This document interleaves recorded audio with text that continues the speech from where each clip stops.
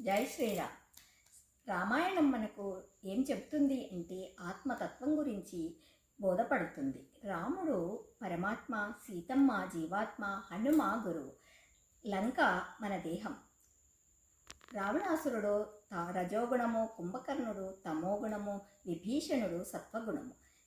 జీవాత్మ శరీరంలో చేరి అప్పుడు దేహంలో ఎన్నో కష్టాలను పడుతూ ఉంటుంది. సీతమ్మ తల్లి లంకలో ఏ విధంగా కష్టం అనుభవించిందో అలా ప్రశాంతత అనేది లేకుండా ఎల్లప్పుడూ దుఃఖం, బాధ మనస్సు పీడిస్తూ ఉంటాయి.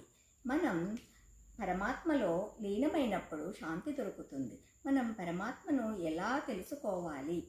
రామయ్య గురించి సీతమ్మ హనుమంతుడి ద్వారా తెలుసుకుంది. మనం కూడా సద్గురువుల ద్వారా తెలుసుకోవాలి.